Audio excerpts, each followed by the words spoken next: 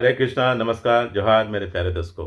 मैं आपका मित्र कुमुद रंजन सिंह बहुत बहुत स्वागत करता हूं अपने एस्ट्रोलॉजी के इस एजुकेशनल यूट्यूब चैनल में। प्यारे दर्शकों, मैं अपने निवास स्थान जमशेदपुर झारखंड से आप लोगों के समक्ष उपस्थित हूं। प्यारे दर्शकों, पंचांग के अंतर्गत आने वाले 27 योगों में अब तक मैंने 8 योगी की चर्चा आप लोगों के साथ की है। आज इस श्रृंखला को आगे बढ़ाते हुए मैं चर्चा करने जा रहा हूँ 9वें योग की, जिसे हम सूल योग के नाम से जानते हैं। जन्मकालिक योगों का उपयोग सामने वाले व्यक्ति के स्वभाव को तो जानने के लिए किया ही जाता है, साथ ही साथ इसका व्यापक उपयोग होता है मुहूर्त शास्त्र में। तो चलिए मित्रों, अब हम सूल योग की चर्चा आरंभ कर लेते हैं और मुहूर्त शास्त्र में इसका उपयोग कैसे होता है इसकी भी चर्चा कर लेंगे। तो सूल, जैसा कि नाम से ही स्पष्ट है, कांटे की तरह चुभने वाला योग।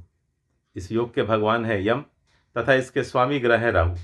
यही कारण है कि इस योग को पंचांग में अशुभ योगों की श्रेणी में रखा गया है।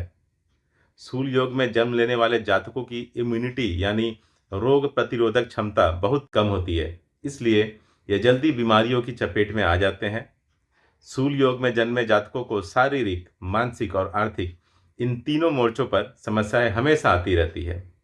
इस योग में जन्मे जातक शरीर से दुर्बल होते हैं और सामान्यतः पतले होते हैं।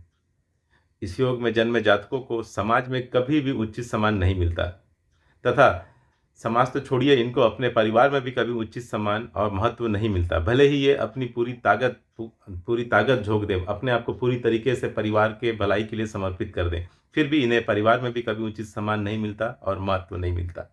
इस योग में जन्मे जातक गुस्से और चिड़चिड़े स्वभाव के होते हैं। इस योग में जन्मे जातक में अक्सर देखा गया है कि ये दुश्मनी को कभी भूलते नहीं और देर सवेर जब भी मौका मिले ये अपने दुश्मन पर जवाबी कार्रवाई करते हैं।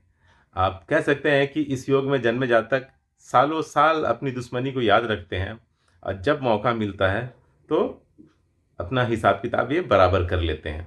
इस योग में जन्मे जातकों में प्रायः ये देखा जाता है कि ये बहुत कंफ्यूज होते हैं और इनके निर्णय लेने की क्षमता में भी भारी कमी देखी गई है।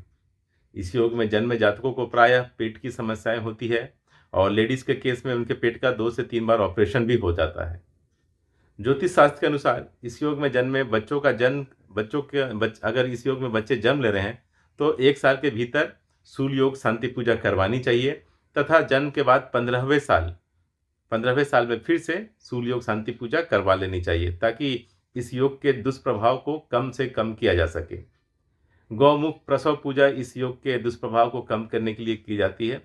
चूंकि ये एक अशुभ योग है, इसलिए किसी भी प्रकार के शुभ कार्य इस योग में नहीं करने चाहिए। जैसे नया व्यापार आपको शुरू नहीं करना चाहिए, शादी और सगाई नहीं करनी चाहिए। कोशिश करें कि अगर नेचुरल डिलीवरी ना हो रहा हो और सिजेरियन की बात चल रही हो तो सूल योग के कुछ पहले या कुछ बाद सिजेरियन करवाएं। सूल योग के पीरियड में आपको सिजेरियन नहीं करवानी चाहिए। प्यारे दर्शकों, इस प्रकार मैंने सूल योग का पूर्ण विवरण आप लोगों के साथ साझा कर दिया है। आज के लिए इतना ही।